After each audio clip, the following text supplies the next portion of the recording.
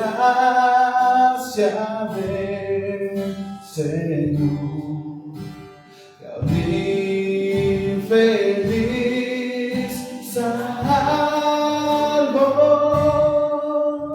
Fui ciego, mas hoy puedo ver. Perdido me halló.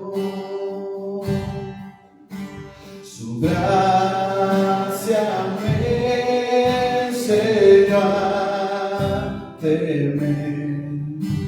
Mis dudas ahuyentó.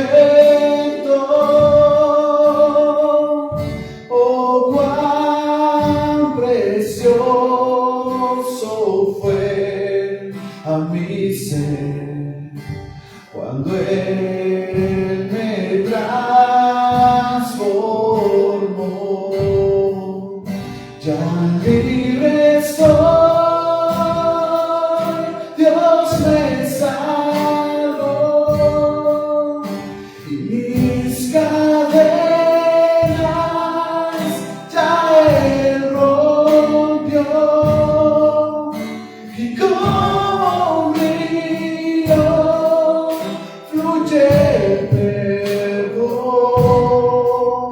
sublime gracia, inmenso amor, sublime gracia, inmenso amor. En los peligros su aflicción que yo he tenido aquí, su gracia siempre me libró y me hará feliz. Ya libre soy,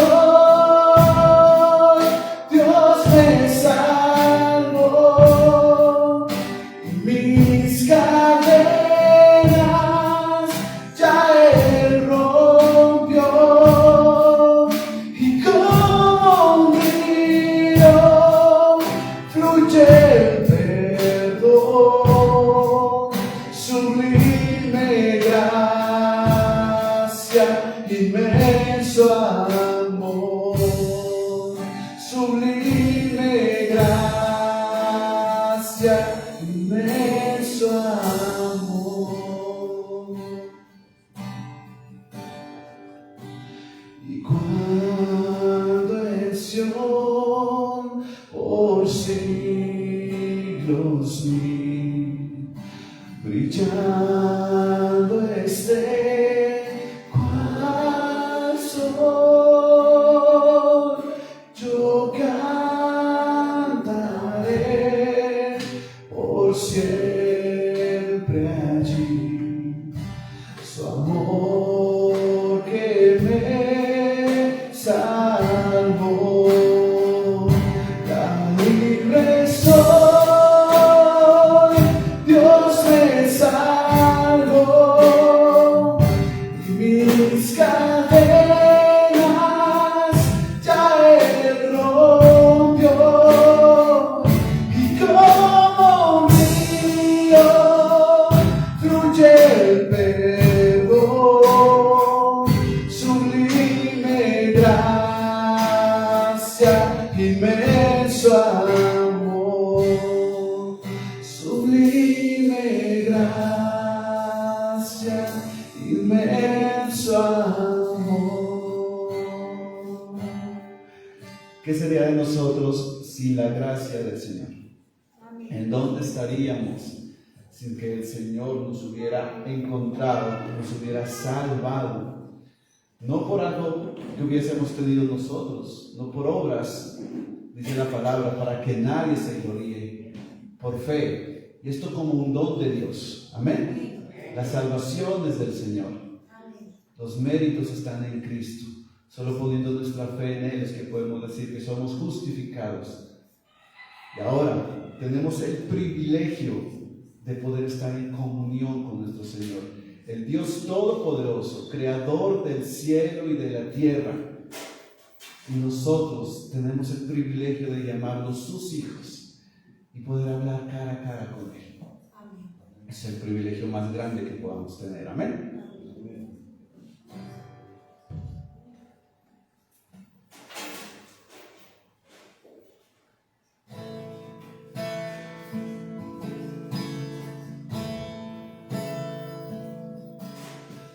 Tus ojos revelan que yo nada puedo esconder, que no soy nada sin ti, oh fiel Señor. Todo lo sabes de mí, cuando miras el corazón, todo lo puedes ver muy dentro de mí. Lleva mi vida a una sola verdad, que cuando me miras nada puedo ocultar. Sé que es tu fidelidad que lleva mi vida más allá de lo que puedo imaginar.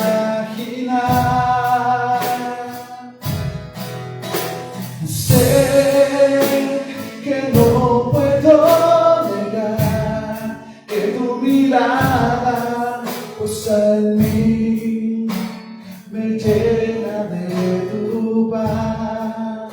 Vamos a cantar juntos, iglesia. Tus ojos revelan que yo nada puedo esconder, que no soy nada sin ti, oh fiel Señor.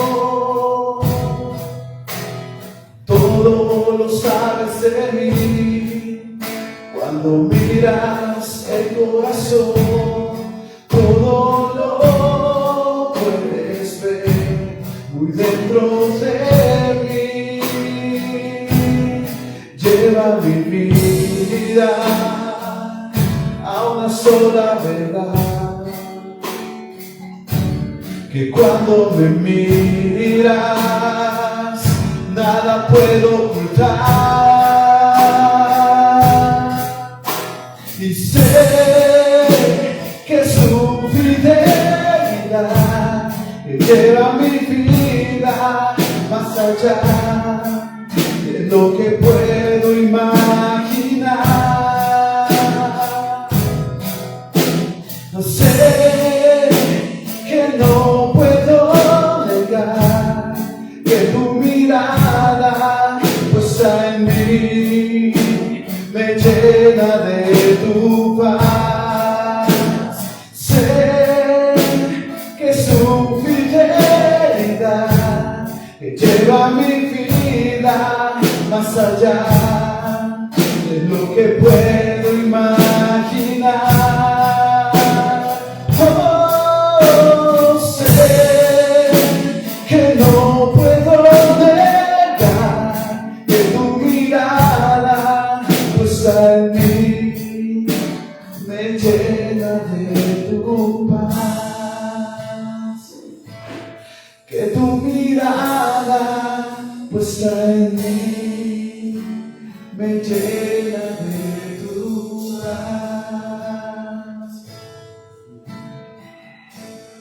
No importa la aflicción en la cual estemos viviendo, si nuestros ojos están puestos en Cristo, si nuestra confianza está puesta en Él, su paz nos inunda. La paz que sobrepasa todo entendimiento. Amén. Solo la podemos obtener de nuestro amado Señor. Solo viene de Él. No hay otra manera. La paz que nos ofrece el mundo es pasajera. La paz que nos ofrece el mundo es por un momento, pero la paz del Señor, esa no tiene fin. Amén. Amén. Vamos a alabar al Señor porque sabemos que siempre Él ha sido bueno. La bondad de Dios, su fidelidad nunca falla. Aunque muchas veces nosotros le fallamos, reconocemos que muchas veces somos infieles, sea con nuestra mente, nuestro corazón o incluso con nuestros actos.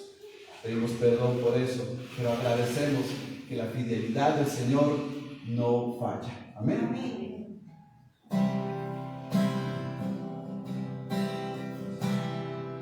Te amo, Dios,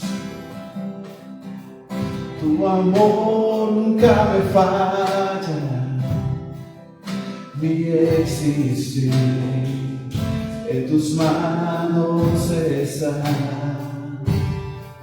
Desde el momento en que despierto hasta el anochecer, yo cantaré de la bondad de Dios. Digámoslo juntos, iglesia.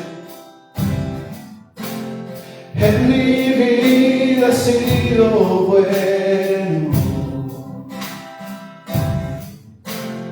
en mi vida ha sido tan fiel, con mi ser, con cada aliento, yo cantaré de la bondad de Dios. Amén. Yo amo tu voz, me has guiado por el fuego, tú cerca estás en la oscuridad. Te conozco como Padre y como amigo fiel, mi vida está en la bondad de Dios. En mi vida ha sido bueno, en mi vida ha sido tan fiel, con mi ser, con cada aliento, yo cantaré de la bondad de Dios. Fidelidad sigue persiguiéndome, tu fidelidad sigue persiguiéndome, todo lo que soy te lo entrego hoy, a ti me rendiré, tu fidelidad sigue persiguiéndome.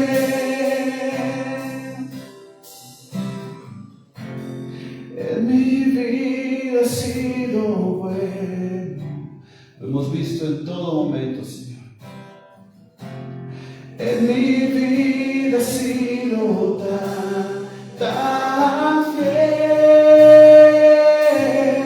con mi ser, con cada aliento, yo cantaré de la bondad de Dios.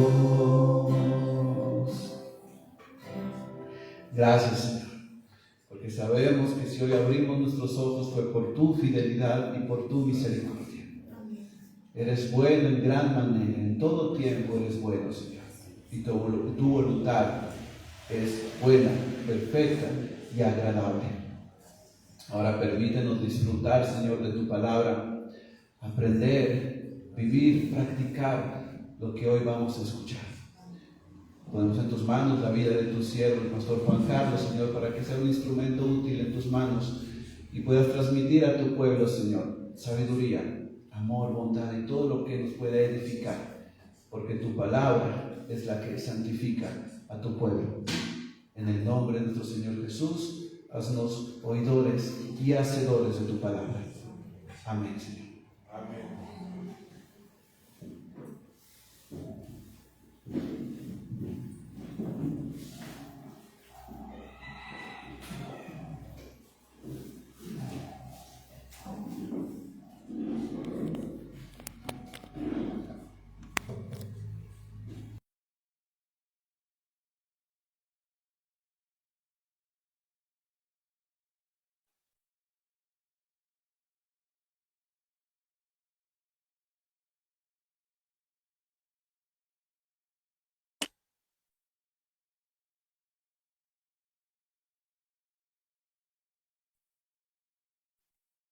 Vamos a leer el Salmo 59.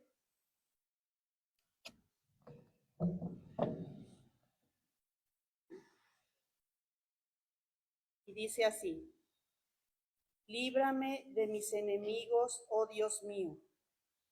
Ponme a salvo de los que se levantan contra mí. Líbrame de los que cometen iniquidad, sálvame de los hombres sanguinarios. Porque he aquí están acechando mi vida, se han juntado contra mí poderosos, no por falta mía ni pecado mío, oh Jehová. Sin delito mío corren y se aperciben. Despierta para venir a mi encuentro y mira. Y tú, Jehová, Dios de los ejércitos, Dios de Israel, despierta para castigar a todas las naciones. No tengas misericordia de todos los que se rebelan con iniquidad. Volverán a la tarde, ladrarán como perros y rodearán la ciudad. He aquí proferirán con su boca espadas hay en sus labios, porque dicen: ¿quién oye? Mas tú, oh Jehová, te reirás de ellos, te burlarás de todas las naciones. A causa del poder del enemigo esperaré en ti, porque Dios es mi defensa. El Dios de misericordia irá delante de mí. Dios hará que vea en mis enemigos mi deseo. No los mates para que mi pueblo no olvide. Dispérsalos con tu poder y abátelos, oh Jehová, escudo nuestro. Por el pecado de su boca, por la palabra de sus labios, sean ellos presos en su soberbia, y por la maldición y mentira que profieren. Acábalos con tu furor, acábalos para que no sean, y sépase que Dios gobierna en Jacob hasta los fines de la tierra. Vuelvan pues a la tarde y ladren como perros y rodeen la ciudad. Anden ellos errantes para hallar que comer, y si no se sacian, pasen la noche quejándose. Pero yo cantaré de tu poder y alabaré de mañana tu misericordia, porque has sido mi amparo y mi refugio en el día de mi angustia. Fortaleza mía, a ti cantaré, porque eres, oh Jehová, mi refugio, el Dios de mi salvación. Amén.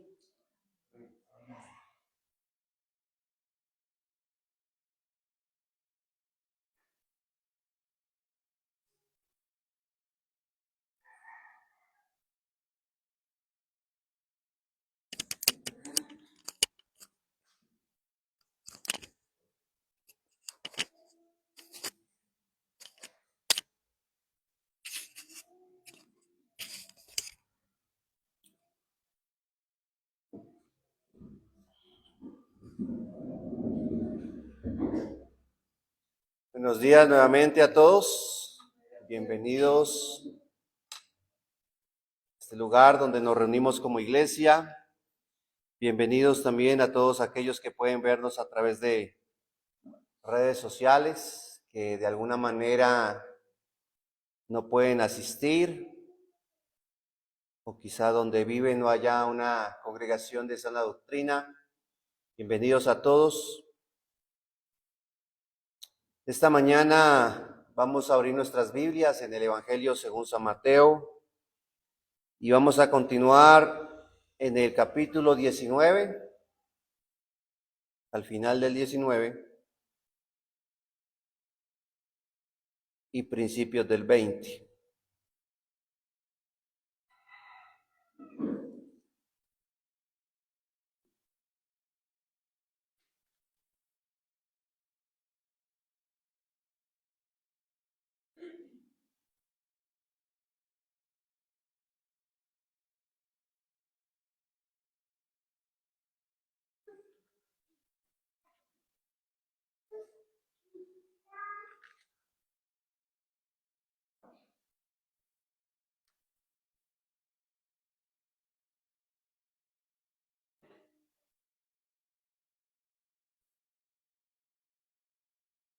Amado Padre Celestial, en esta mañana venimos delante de ti, Señor, a escuchar tu santa palabra.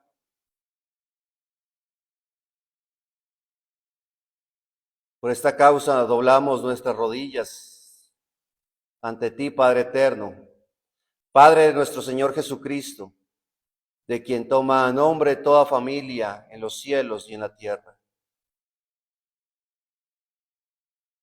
Oramos para que tú nos des, conforme a las riquezas de tu gloria, el ser fortalecidos con poder en el hombre interior por tu Santo Espíritu, para que habite Cristo por la fe en nuestros corazones, para que, arraigados y cimentados en amor, seamos plenamente capaces de comprender con todos los santos cuál sea la anchura, la longitud, la profundidad y la altura, y de conocer el amor de Cristo que excede todo conocimiento, para que seamos llenos de toda la plenitud de Dios. Permítenos en esta mañana, Señor, escudriñar tu palabra. Danos muchísima sabiduría, conocimiento, iluminación de tu Santo Espíritu, para no solamente comprenderla, sino que quede sembrada en nuestro corazón y aún más allá, que la podemos llevar a la práctica en nuestra vida diaria. Hemos orado en Cristo Jesús. Amén. Mateo capítulo 19, vamos a continuar en el versículo 30 y vamos a leer hasta el capítulo 20, verso 16. Dice, versículo 30 del capítulo 19. Pero muchos primeros serán postreros y postreros primeros. Porque el reino de los cielos es semejante a un hombre, padre de familia, que salió por la mañana a contratar obreros para su viña. Y habiendo convenido con los obreros en 1 denario al día, los envió a su viña. Saliendo cerca de la hora tercera del día, vio a otros que estaban en la plaza desocupados. Y les dijo, id también vosotros a mi viña, y os daré lo que sea justo. Y ellos fueron. Salió otra vez cerca de las horas sexta y novena, e hizo lo mismo. Y saliendo cerca de la hora 11, halló a otros que estaban desocupados, y les dijo, ¿por qué están desocupados? Le dijeron, porque nadie nos ha contratado. Él les dijo, id también vosotros a la viña, y recibiréis lo que sea justo. Cuando llegó la noche, el señor de la viña dijo a su mayordomo, llama a los obreros y págales el jornal, comenzando desde los postreros hasta los primeros. Y al venir, los que habían ido cerca de la hora 11 recibieron cada uno 1 denario. Al venir también los primeros pensaron que habían de recibir más, pero también ellos recibieron cada uno 1 denario. Y al recibirlo murmuraban contra el padre de familia, diciendo, estos obreros han trabajado 1 sola hora y los has hecho iguales a nosotros, que hemos soportado la carga y el calor del día. Él respondiendo dijo a uno de ellos, amigo, no te hago agravio, ¿no conviniste conmigo en 1 denario? Toma lo que es tuyo y vete, pero quiero dar a este postrero como a ti. ¿No me es lícito hacer lo que quiero con lo mío? ¿O tienes tú envidia porque yo soy bueno? Así los primeros serán postreros y los postreros primeros, porque muchos son llamados y más pocos los escogidos. Amén. El título de esta predicación precisamente tiene el nombre Muchos llamados y pocos escogidos. Muchos llamados y pocos escogidos. Uno de los mayores males que hay en el mundo es la envidia. Aún en medio de cristianos. Una persona envidiosa no es solamente aquella que quiere tener lo que la otra tiene, sino más bien una persona envidiosa es aquella que aún si no puede tener lo que la otra persona tiene, al menos disfruta en ver que la otra persona no pueda ni siquiera disfrutar lo que sí tiene.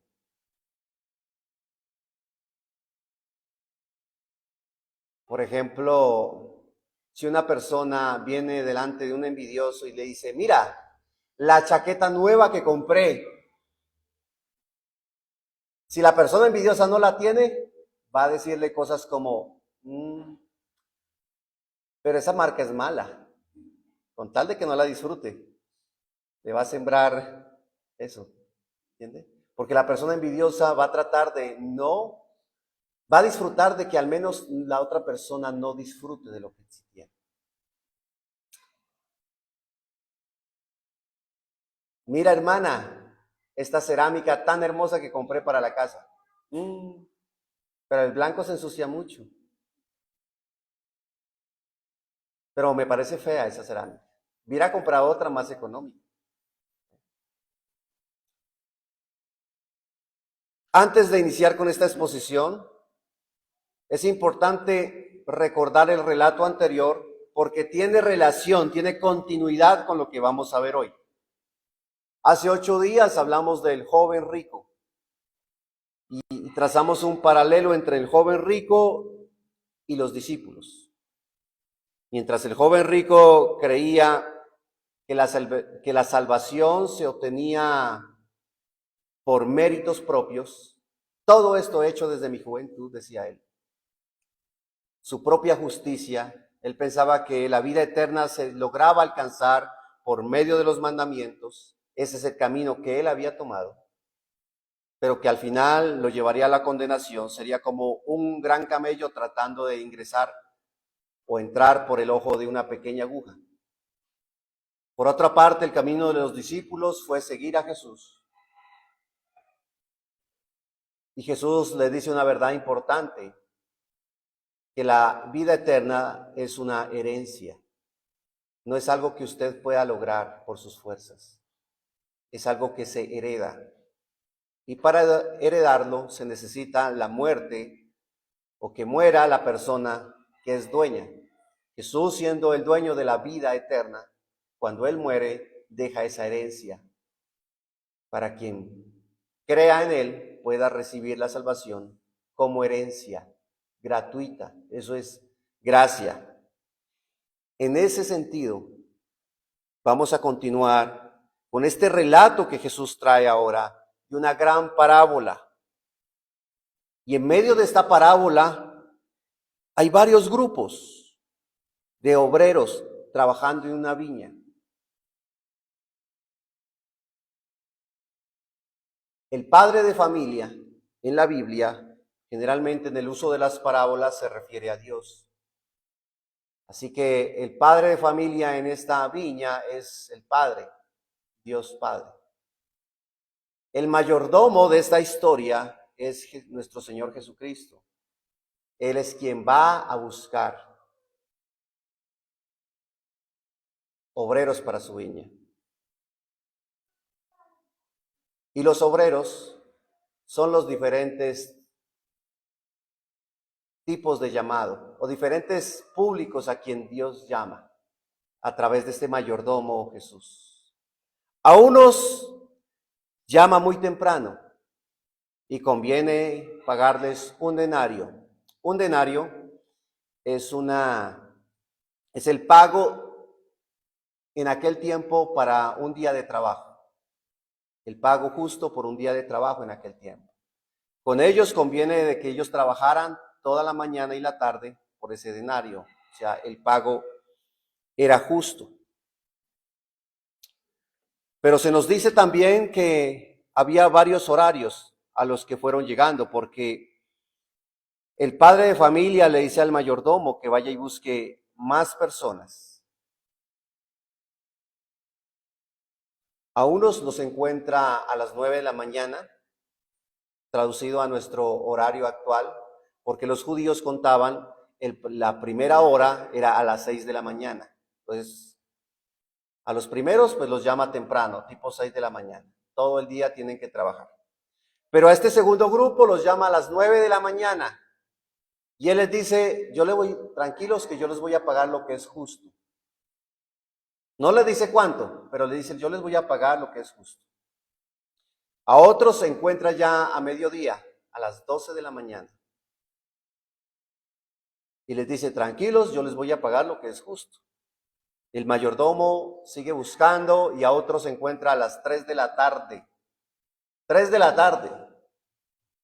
El horario aproximadamente iba hasta las 6 de la tarde. Y dice, tranquilos, yo les voy a pagar lo que es justo. Y a los últimos, que también encuentra desocupados, ellos no estaban buscando trabajo, estaban desocupados, parados. Y los encuentra y dice, ¿por qué están desocupados? Porque nadie los ha contratado, dicen ellos. Los invita a trabajar porque los encontró cerca de la hora de las 5 de la tarde. Es decir, tenían que trabajar de 5 a 6, una sola hora. Le dice, tranquilos, yo les voy a pagar lo que es justo. En ese sentido, al final, cuando reúne a todos para pagarles, este mayordomo los reúne y el padre de familia dice, págales a cada uno, pero comienza a pagarles primero a los que llegaron de últimos.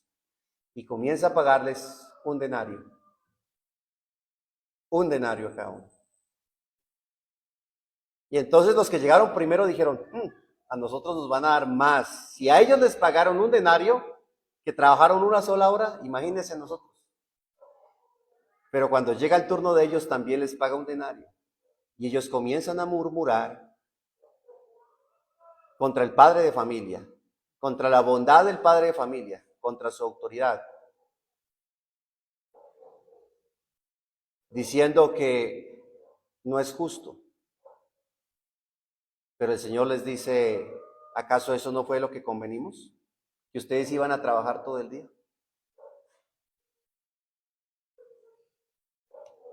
En primer lugar, identifiquemos estos dos grupos de llamados por Dios.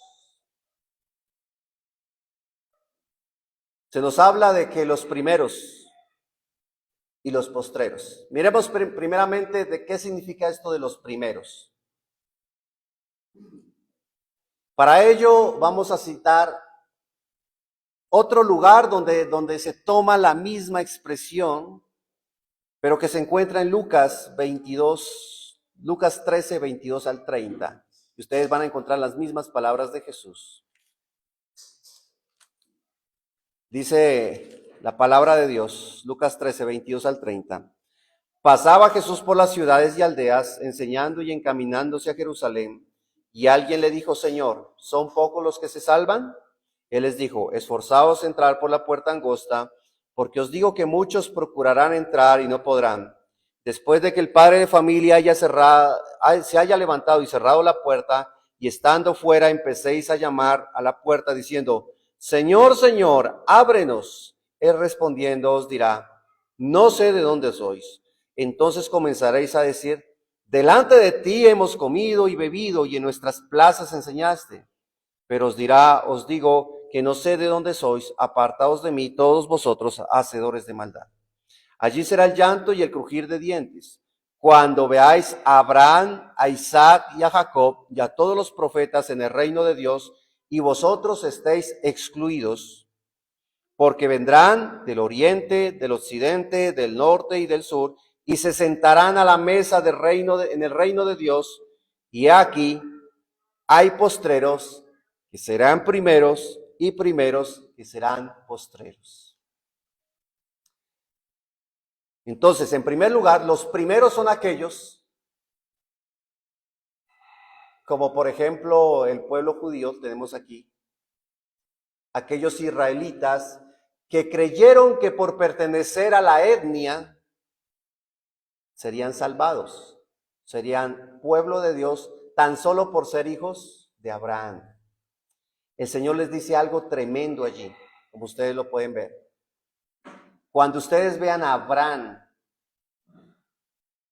y a los patriarcas en el reino de los cielos y ustedes estén excluidos, o sea, ustedes no van a estar allí. No van a estar allí. Porque les digo, dice, vendrán del oriente, occidente, norte y sur, es decir, de los 4 puntos cardinales. En ese contexto, Jesús les estaba diciendo algo tan ofensivo para los judíos como esto. ¿Por qué? Porque en el norte, ¿quién queda? En tiempos de Cristo. Siria, Turquía, en el norte. Esto es Asia Menor. Y no tiene nada que ver con el pueblo judío. Al oriente, ¿qué queda? Irak. Irak actual. Y en el Antiguo Testamento, o en el Nuevo Testamento, y en el Antiguo, Irak corresponde a Babilonia. También queda Irán, que es la antigua Persia. ¿Saben quién es Irán? ¿Recuerdan la guerra que hay ahorita con Irán, Israel e Irán? Y allá. Qué ofensivo Jesús con ellos. Les dice, ellos van a entrar, vendrán de allá y se sentarán con Abraham. Al occidente, parte de Egipto y Libia, y al sur, otra parte de Egipto, Sudán, Arabia Saudí, Etiopía. Es decir, de todos lugares del mundo, lo que quiere decir Jesús. No se va a referir a ciertas naciones en especial, sino lo que Jesús les está diciendo, mire, ustedes siendo judíos, al final, siendo los primeros, van a terminar siendo los últimos. Porque ustedes van a ser excluidos del reino de Dios. ¿Por qué? Porque no han creído. Y todos los de los 4 puntos de cardinales entrarán, se sentarán con Abraham. Es lo que Pablo mismo dice en Romanos 9, del 3 al 5. Porque deseara yo mismo ser maldito, separado de Cristo por amor a mis hermanos, los que son mis parientes según la carne, que son israelitas, de los cuales son la adopción, la gloria, el pacto, la promulgación de la ley, el culto y las promesas, de quienes son los patriarcas y de los cuales según la carne vino Cristo, el cual es Dios sobre todas las cosas, bendito por los siglos. Amén. Pero al final son excluidos porque Pablo dice que no es el israelita el que lo es en la carne. Pero también los primeros no solamente se refiere a ser primeros en etnia, aquellos que se creen con privilegios por pertenecer a cierta etnia, sino también aquellos que llevan más tiempo en la élite religiosa. Por ejemplo, en los tiempos de Jesús, los fariseos y los escribas eran la élite religiosa que se creía mucho mejor que el resto de la población. Ellos aún desde la infancia eran instruidos en la Torá o en la ley. Sin embargo, Jesús les va a decir en el capítulo 21, verso 32, les va a decir, porque vino a vosotros Juan en camino de justicia y no le creísteis, pero los publicanos y las rameras le creyeron. Y vosotros, viendo esto, no os arrepentisteis después para creer. En otras palabras, para Jesús, aún los pecadores y las prostitutas van delante de aquella élite religiosa al reino de Dios. Y ellos serían excluidos, desechados.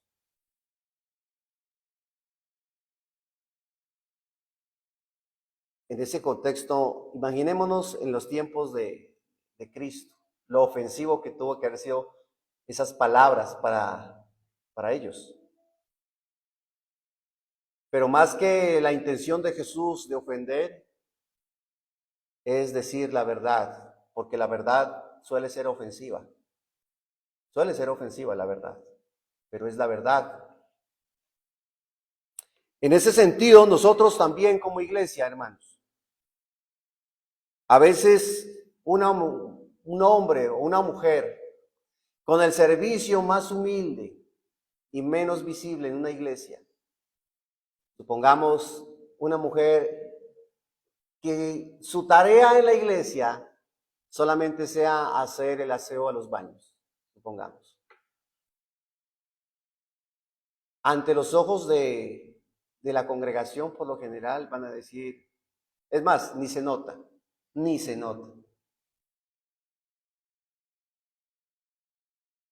Porque lo que se nota son los servicios más visibles, el que predica, el que canta o los que cantan.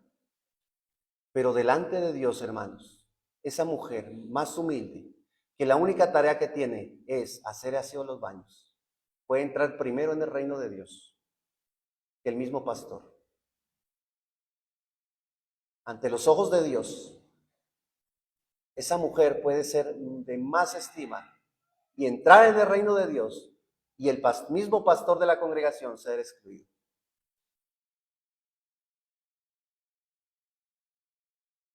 Miremos también los postreros.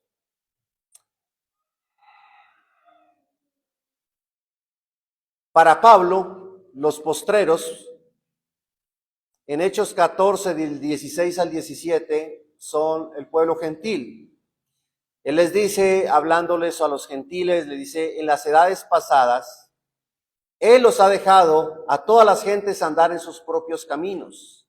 Si bien no se dejó a sí mismo sin testimonio, haciéndole bien, dándonos lluvias del cielo y tiempos fructíferos, llenando de sustento y de alegría nuestros corazones. En otras palabras, lo que Pablo le está diciendo, mire, ustedes gentiles, en otro tiempo Dios los dejó que ustedes hicieran lo que quieran. Aunque nunca el Señor dejó de dar testimonio a través de la creación y todo eso, sin embargo, la salvación para los gentiles estuvo como retenida en otro tiempo.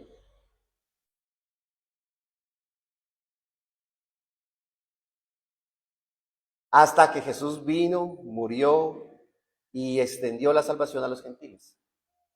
Siendo los gentiles, nosotros los gentiles, los postreros. Y muchos de nosotros que somos gentiles, somos ahora primeros. Y los postreros y los primeros, que fueron los judíos, terminan siendo los postreros. Sin embargo, aunque Dios había dado prioridad a Israel como nación, no todos los israelitas fueron salvos, sino que solamente fue un remanente quien fue salvo. Y eso es una verdad divina. Considera el apóstol Pablo, sigue diciendo en el capítulo 9 de Romanos, versos 6 al 8, no que la palabra de Dios haya fallado. Si la palabra de Dios falló, no falló. Porque ¿cuál era el argumento? Pero ¿cómo así? Si la Biblia dice que Dios va a salvar a Israel, Pablo dice, no, es que la palabra de Dios no falló. ¿Por qué? Porque no todos los que descienden de Israel son israelitas. Parece una locura, ¿no? Es como si dijésemos hoy en día, no todo el que nace en Colombia es colombiano. ¿Qué diría uno? ¿Cómo así? Si yo nací en Colombia, por lógica tengo que ser colombiano. En esos términos se está utilizando Pablo.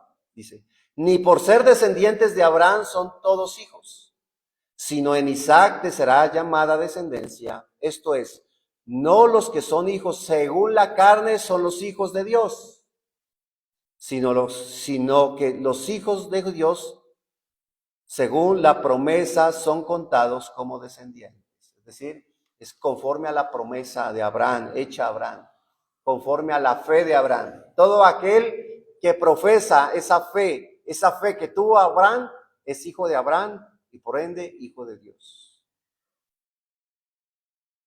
Estamos hablando ya de un Israel espiritual, no de esta nacionalidad judía física, sino más bien de una espiritual.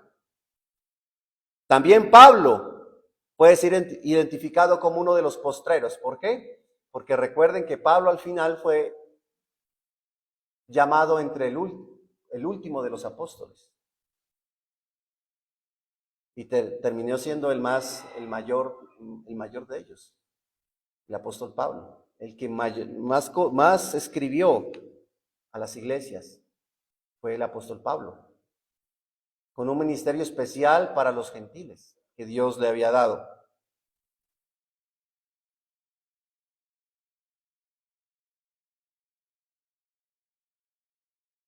El mismo ladrón en la cruz, que creyó justo al final de su vida, sin ninguna obra, sin ningún aparente merecimiento, sin ir a una iglesia, pero al final por gracia fue con Cristo al paraíso, fue uno también de los postreros. Entonces, habiendo entendido que la vida eterna no depende de pertenecer a una etnia, ni de pertenecer a cierta nación, de pertenecer a cierta élite religiosa o tener algún tipo de preeminencia, nos queda entender cómo responderán estos dos grupos ante el llamado de Dios. Los primeros son llamados por Dios y los postreros son llamados de Dios. Pero ¿cuál va a ser la respuesta de ellos? Esa será nuestra segunda enseñanza, la respuesta de los llamados por Dios. Vamos a ver cómo respondieron los primeros, los que fueron llamados primeros. Los primeros responden a un llamado general de acuerdo a lo convenido por el padre de familia. Sin embargo, su respuesta final en la parábola están en contra del padre de familia. Están en contra de él. Y allí claramente los llama envidiosos. Ustedes tienen envidia. ¿Por qué? Porque yo soy bueno. Recuerdan que en la historia anterior del hijo de este joven rico, también el joven rico lo identifica a Jesús como maestro bueno, porque solamente Dios es bueno. La queja no solamente es porque ellos pensaban que ganarían más de lo acordado, que era un denario, sino que ellos se enojan con el padre de familia porque los pone en el mismo nivel de ellos. A los que llegaron de primero, los pone en el mismo nivel que los que llegaron a trabajar de último. Ellos están entonces de esta manera en contra de la autoridad de Dios. ¿Por qué en contra de la autoridad? Porque a ellos les parece injusto lo que el padre de familia está haciendo, dándoles a los últimos el mismo pago. Y están en contra de la bondad de Dios. Por eso les dice, ¿ustedes tienen envidia porque yo soy bueno?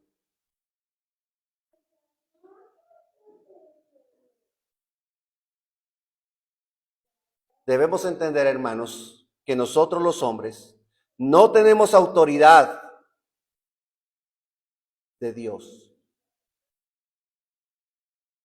No estamos por encima de Dios. Tampoco estamos por encima de su bondad. Tú no puedes salvar a nadie, ni tampoco negar la salvación a nadie. Pero es que esta persona es muy pecadora, no considero que sea digna. Nosotros no somos nadie para decir quién es digno y quién no es digno. Es Dios. La salvación le pertenece a Él, no es nuestra, a Él. Tampoco podemos negar ni su autoridad ni su bondad. Dios es bueno y puede salvar a cualquier persona. A unos los llamará temprano, aún desde niños, y qué bendición eso. Pero a otros también, muchas veces los llama al final de su vida. Si somos entre los primeros, debemos ser fieles y no tomar la actitud que tomaron estos primeros que fueron llamados. Y vamos a ver ahora cómo respondieron los postreros, los últimos. La respuesta de los postreros a la bondad del padre de familia es simplemente aceptarla, recibirla, heredarla. ¿Recuerdan en la historia anterior? La salvación es una herencia. Los últimos dijeron, no, ellos no dijeron, no, no es justo que nos des tanto, ¿no? Ah, ¿un denario? Gracias. Gracias. ¿Será que se equivocó el padre de familia dándonos completo el día? Trabajamos 1 hora nomás y nos va a dar un denario. Ellos la reciben. Es que así es la salvación. Es una herencia. Se recibe, se hereda. Él había acordado darles un pago justo, pero ante nuestros ojos será un pago justo trabajar 1 hora y recibir todo un sueldo el día completo. Si lo vemos desde ese punto de vista, no es justo. El padre de familia, en realidad, si lo vemos desde ese punto de vista, no está siendo justo. Porque se imagina que en una empresa a uno le dijeran, llega uno a las 5 de la tarde y trabaja 1 hora y le pagan todo el día. Al otro día yo no voy a ir todo el día. Voy a ir a trabajar siempre a las 5 de la tarde, que me sigan pagando todo el día, trabajando 1 sola hora. A no ser que lo veamos desde otro punto de vista, para que tenga sentido.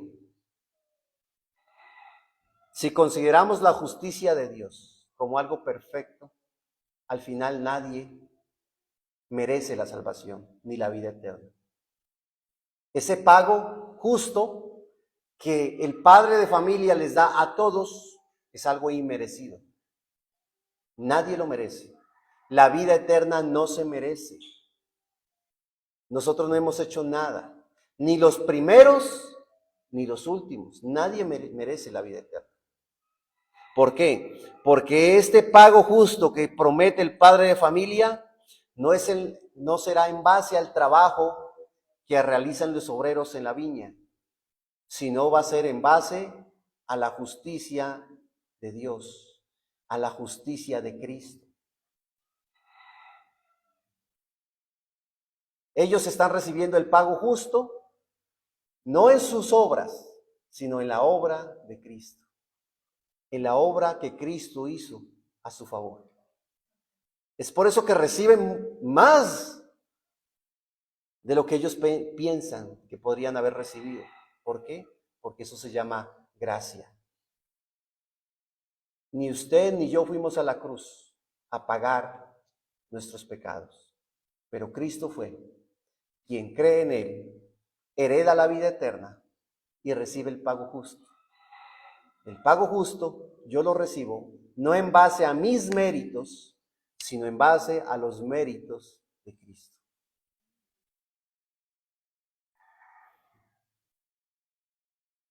Cristo trabajó en tu lugar. Él lo hizo y es por eso que ahora Él quiere que trabajemos en su viña.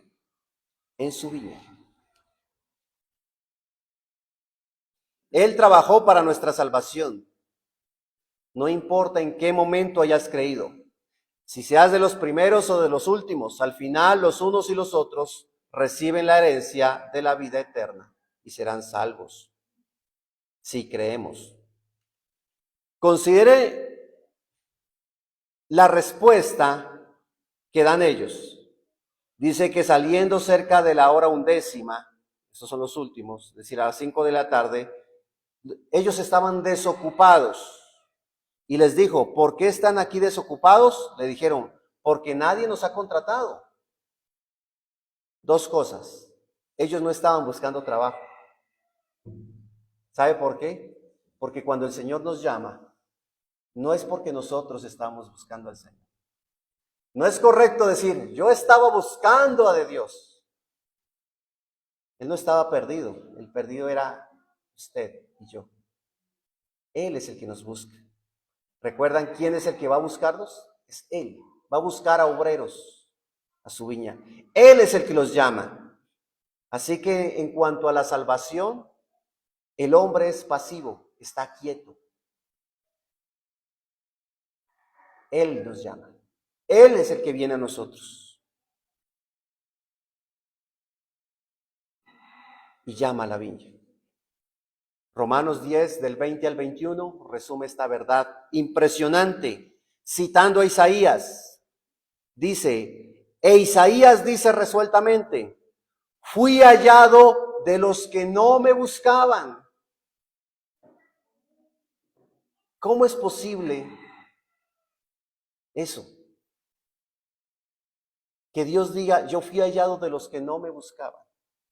Me manifesté a los que no preguntaban por mí. Pero acerca de Israel dice, todo el día extendí mis manos a un pueblo rebelde y contradicto. Así funciona la salvación, hermanos.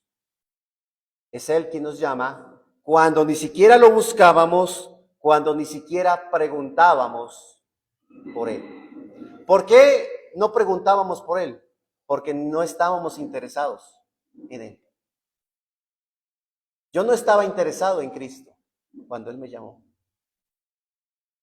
Quizás estaría interesado en las bendiciones de Dios, que es otra cosa muy diferente. Quizás estaría interesado en que Dios me bendiga, que me dé salud, cosas como esa. Pero como tal, en su persona, en quién es Él, no. Pero Él me llamó, así como lo ha llamado a cada uno de ustedes. Así que, hermanos, si Dios los llamó, no fue en medio de su búsqueda de Él, sino más bien Él lo buscó y lo encontró. No es la oveja buscando al buen pastor, es más bien el buen pastor buscando a la oveja descarriada. ¿Ven ese amor del Señor? ¿Usted ha sentido eso alguna vez? Que usted se siente descarriado en su vida. Y puede estar aún en medio de su pecado, pero siempre encuentra que alguien le habla de Dios. ¿Por qué? Porque Él va en búsqueda de la oveja descarriada. Siempre lo hace. Quizás usted sea esa oveja descarriada. Por favor, atienda el llamado del Señor. Atienda la voz del pastor. Reconcíliese con Dios y no endurezca su corazón. Y en tercer lugar, veamos los llamados y escogidos por Dios. Porque recuerden que tanto los primeros como los postreros han sido llamados. Pero aquí va a haber otra verdad.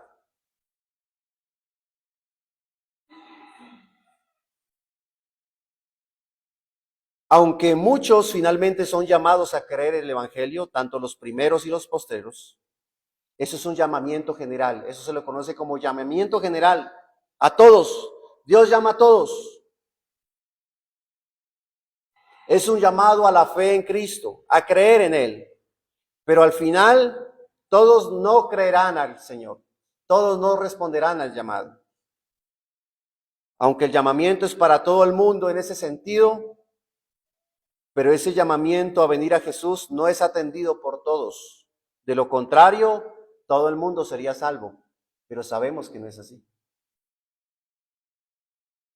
El llamamiento es general a todos los hombres o a todo el mundo. Sin embargo, solamente quienes responden a ese llamado son los escogidos de Dios.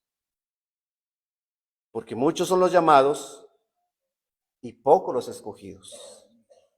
Esa es una verdad innegable. La mayoría no toma la cruz de Cristo. No quieren seguirle. Aún la mayoría de quienes dicen ser cristianos no lo son. No lo reflejan en la manera en que viven. Dios en su fidelidad guarda un remanente para salvación. Siempre son pocos, no muchos. Note el contraste. Muchos llamados, pocos escogidos. No es lo contrario. Los escogidos son pocos. Siempre Dios se guarda un remanente. Consideremos a Noé. ¿Cuántos se salvaron? ¿Los muchos o los pocos? Los pocos. ¿Cuántos se salvaron? 8 personas. 8 personas en medio de toda una generación. 8 personas. Consideremos, por ejemplo, a Lot en Sodoma y Gomorra. No fueron los muchos los que se salvaron, más bien fueron los pocos. En tiempos de Abraham, ¿Dios a quién escogió? No escogió a los muchos, escogió a un solo hombre, Abraham. Y le dijo, sal de tu tierra y de tu parentela. Aún la nación de Israel, vista desde los ojos de las demás naciones en el Antiguo Testamento, ellos no eran los muchos, eran los pocos.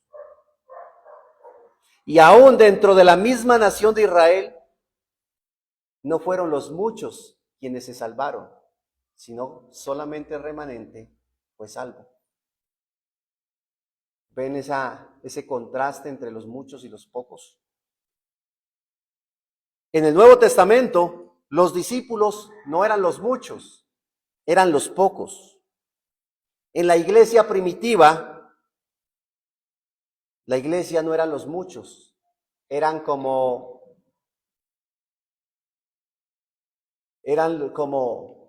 un puñado de gente en el mar del paganismo de aquella época. En la iglesia de hoy no será la excepción. Solo los escogidos por Dios responderán a ese llamamiento y ese llamamiento se hará eficaz en ellos. ¿Por qué? ¿Por ellos? No, porque Dios nos ha escogido. ¡Qué bendición! Si usted está aquí, hermanos, 100% es porque ha sido llamado. Pero si usted responde a ese llamado, es porque Dios lo escogió. Usted no lo escogió a Él, Él lo escogió a usted.